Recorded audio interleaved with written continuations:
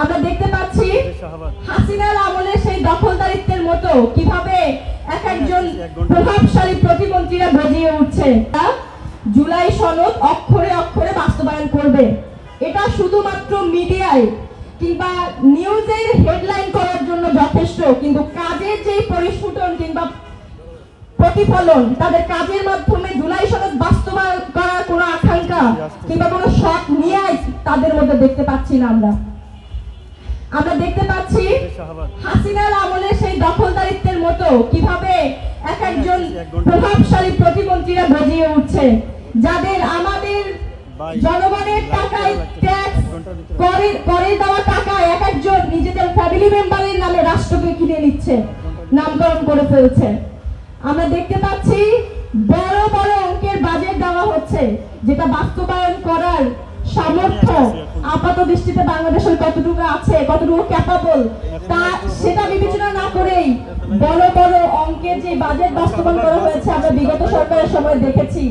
এই বাজেটগুলো অধিকাংশই ব্যবহৃত হয় বড় বড় মেগা প্রজেক্টের আড়ালে বড় বড় দুর্নীতির জন্য।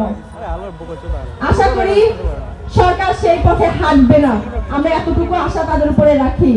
কিন্তু সংস্কার এবং বিচার নিয়ে তাদের সুস্পষ্ট কোনো রোডম্যাপ নেই। আমরা দেখতে পাচ্ছি মাননীয় প্রধানমন্ত্রী জনাব তারেক রহমান বিভিন্ন জায়গায় বক্তব্য দিচ্ছেন যে তারা সবার আগে বাংলাদেশকে প্রাধান্য দিচ্ছেন, সবার আগে তারা বাংলাদেশের জনগণের মানুষের ভালোর কথা চিন্তা করছেন।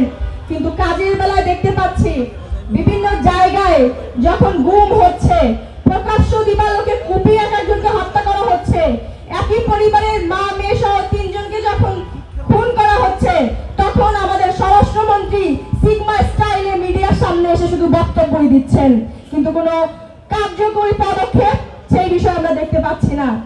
তাই মাননীয় স্বরাষ্ট্রমন্ত্রীকে বিনীতভাবে অনুরোধ জানাতে চাচ্ছি, আপনি দয়া করে আপনার মন্ত্রণালয় এবং আপনার দায়িত্বের দিকে একটু নজর দিবেন, যাতে আমরা সাধারণ মানুষজন যানমাল নিয়ে নিরাপদে নিজের বাসায় এবং রাস্তায় থাকতে পারি। কারণ শুধুমাত্র বক্তব্য দেওয়ার জন্য আপনাদেরকে এই চেয়ারগুলোতে বসানো হয় নাই, আপনারা আপনাদের দায়িত্বের দিকে নজর দেন। আমার মনে হয় তার বাংলাদেশের সংশ্লিষ্ট সকল মন্ত্রণালয়ের ব্যাপারে জ্ঞান রয়েছে এবং কি বলে এটাকে আগ্রহ রয়েছে, এবং সে যথেষ্ট ক্যাপাবল একজন মন্ত্রী, শুধুমাত্র তার মন্ত্রণালয়ের দায়িত্বের বাইরে। আমরা আশা করব তিনি তার মন্ত্রণালয়ের দিকে একটু দৃষ্টিপাত করবেন, যাতে এদেশের মানুষজন স্বস্তিতে থাকতে পারে।